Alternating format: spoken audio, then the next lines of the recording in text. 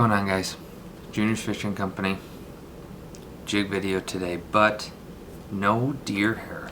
So I've got a couple new things that I'm doing on this jig. This jig is a jig I've never used before. I found it on spawnflyfish.com.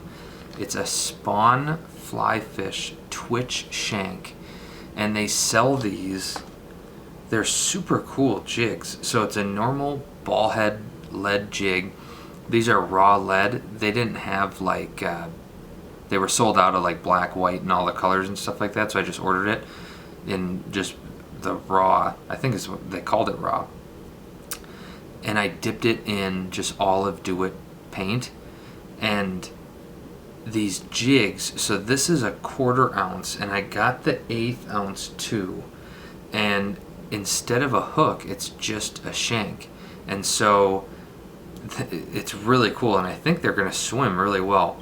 So the hook I ended up putting in here is a size 1 Umpqua X Series baitfish stinger. So a BN5X.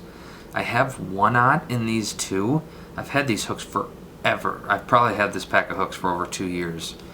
And because I tie a couple streamers here and there, but these hooks, the reason I picked these hooks is because I went through a lot of my other small streamer hooks, and this one had the widest eye, and I don't want a super small eye because I don't want this hook to get, trapped too much. It might a little bit occasionally, but this can swing very freely. And so that's the only thing I did. I know this is a super short hook. I really don't care, but it ended up coming down to, and I didn't think it was the eye of the hook. That's the only reason I picked this hook. They're good hooks, but so yeah, 1/4 ounce shanked jig head with a trailer hook, I guess you could say. It's not maybe articulated, I don't know. I wouldn't call it that, but it's a really unique jig, and whenever I see a jig like this, I end up just buying them. And I got lucky. I went to spawnflyfish.com and saw them. I started following them on Instagram and went to their website and saw these, and I ordered a couple instantly. So what I'm going to do today, I've got some Montana Fly Company. I always forget what these are called. These are Arrowhead feathers, just olive and white. And then I've actually got some Raccoon zonker strips in light olive. I was at the one fly show in Minnesota I go to every year, and I saw these sitting on a rack, and I thought, well, I've never seen those before. These are super cool. It's really long, and it's got these really long guard hairs in it. And I'm gonna keep the guard hairs in. I'm just gonna do a dubbing loop. So I'm gonna, on this back hook, I'm just gonna tie the feathers in. That's all I'm gonna put back here. This is like a 2 material fly. I'm just gonna put the feathers on this back hook. Sorry, I'm gonna put the feathers on this back hook, and then I'm gonna do a dubbing loop on the shanked part. And I've actually got olive thread. I usually don't care what color thread I use, and especially on a dubbing loop, it's gonna be like, the collar is gonna be like as thick as my thread, so you're not gonna be able to see any of it. But I thought I had olive sitting right there. So I'm just gonna take my feathers, and I'm just gonna put these on the side. I'm not putting down any bucktail. I mean, you could, just to keep them stable, a little more stable, I guess. But I want this to be I want this to be a thinner bait. I'm not gonna add a bunch of, bucktail and chenille. This is gonna be kind of like a finesse-ish type bait. These Montana Fly Company feathers are super cool. I know they're new and they're probably super popular, so you probably have some, but it's nice. They come prepped and ready to go which I don't mind, you know, stripping a feather for 6 seconds. So I'm going to put this on the other side. Again, just 2 feathers. I'm not going to go any more than that. A couple light wraps. Get that right on the side as well as I can. These stems are super thin, so it can be a little bit tricky to get those feathers perfectly straight. But really, when they're wet, no one, especially the fish, are going to know or care about your tying prowess. So I'll just whip finish a couple times. I'm going to get that off. And then when I put this on to my shanked jig, I'm just going to slide it on. They slide on super easy. And I'm going to get that clamped in my vise. And I think what I'm going to end up doing, make sure that's straight for you. I've been going back and forth about how long I want this dubbing loop to be, but I think I might do as much as I can on there. Just because if this is anything like a rabbit strip, I just got to be careful. I don't want to cut my thread. If this is anything like a rabbit strip, it's going to really suck down. It looks like this almost reminds me of Arctic fox. It's really fluffy, but even Arctic fox kind of bends down, or not bends down, it kind of mats down pretty good. And I'm going to get some super glue on here. Got my little brush. I've heard that these can pop open, but I haven't tied on a ton of shanks. I've got a ton of glue on there. I'm going to get some, I'll just get it off. So I'm going to get this pretty secured down there. And again, I just want to be careful.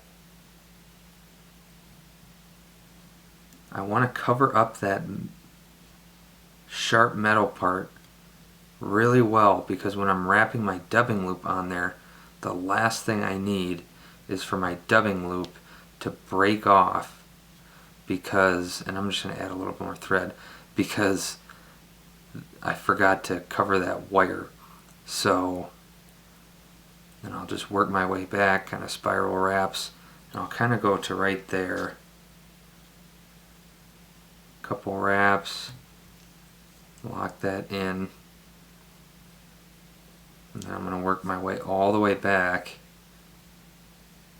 right to where, and I hope, I don't know if this dubbing loop's going to be long enough to kind of last the whole way up. I don't know if it's gonna, maybe I'll have to do some not super tight wraps, but it's, yeah, just a typical dubbing loop. I've got a little bit of wax right here that I'm going to put on my thread. This is just like loon, once I get the cap off with one hand, loon swax, I think it's called. Low tack swax. And I kind of messed it up taking it off that cap. But I'm just going to put a little bit on. I don't think the stuff's going to be super slippery. I'm going to just get this kind of pushed up pretty far up there, so I don't want to have to take all that time to wrap stuff down. And I'm not really going to trim this shorter stuff over here, because I want there to be quite a bit. I don't want this bait to be too thin, and so maybe I'll just mess with it just a little, but I'm not going to cut any of that. And so I'm going to add in this extra stuff right up by my head. I'm just going to kind of pinch it in there. And then I can push it up right to where that other stuff is. And that's just going to create a little bit of a thicker collar. I'll get my comb ready, or my little brush and my little bodkin, and I can start spinning this up.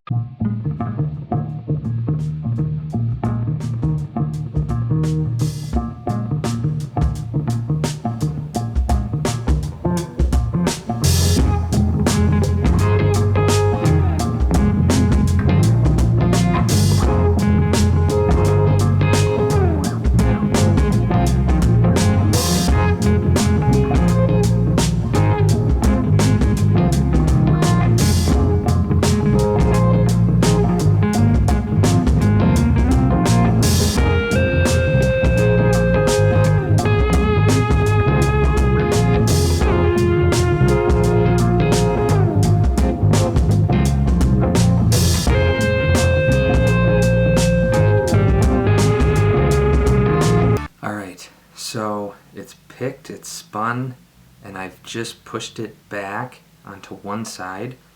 If I were to recommend, if you're going to do this jig, have a glass of water next to you. Otherwise, if you like the taste of Raccoon, then do it. But this stuff is, I got a little taste of it.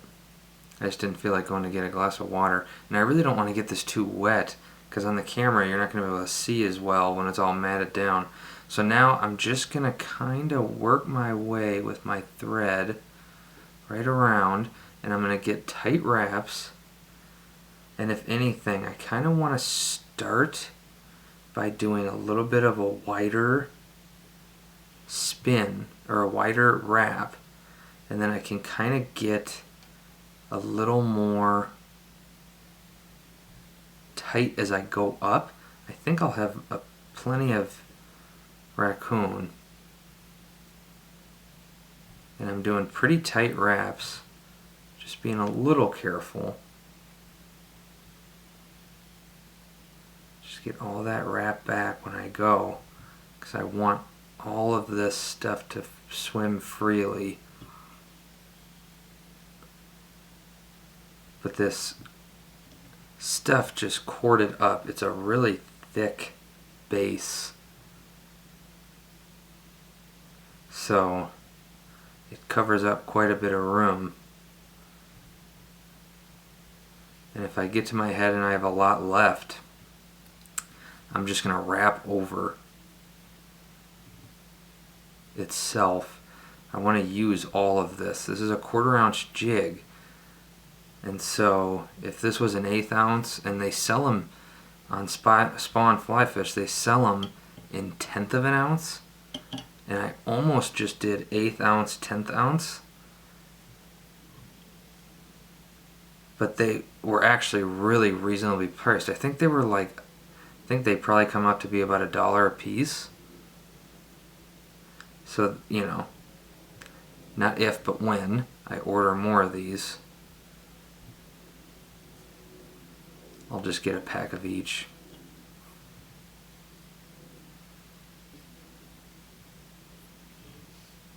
So I'm just going to keep wrapping this, and I can tell I'm going to have some left over at my head, but I'm just going to keep wrapping right at the top. I'm going to use all of this material.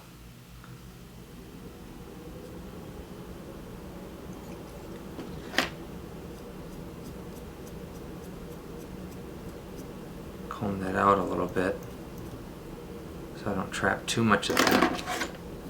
Get a finer tooth comb and unwrap this for a little bit.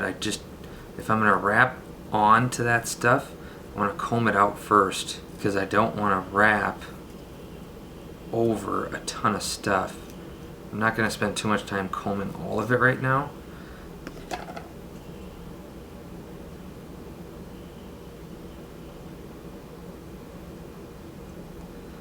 But I just don't want to wrap on too much of it. The nice thing is I'm not pricking my finger every time I pull this back, because there's no hook there. It's always a tricky part. So now I'm just wrapping over it, which is fine.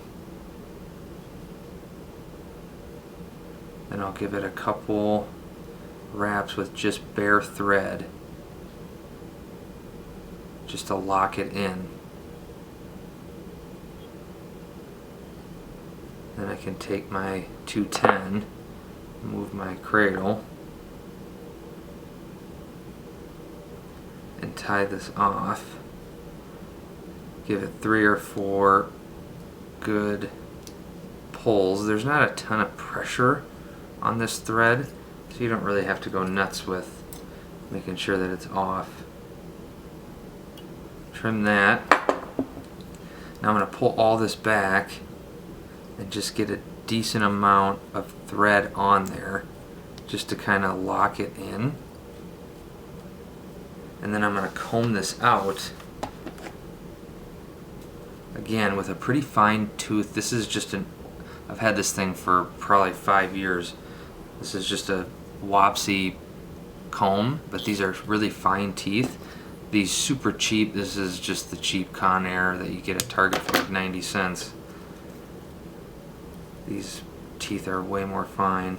Do a little whip finish. 2 materials.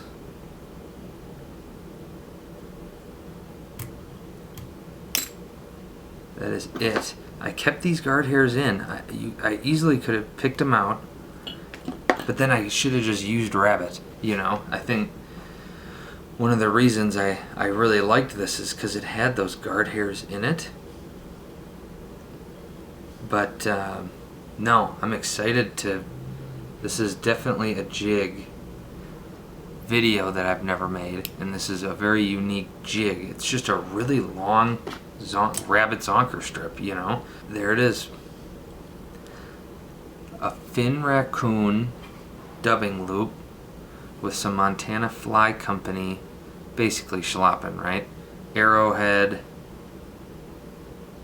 feather tail on a, what are they called? Spawn fly fish twitch shank. These ones are 1/8 ounce. I got the 1/4 ounce right here. Like and subscribe, comment below, check out the homepage. See you in the next one.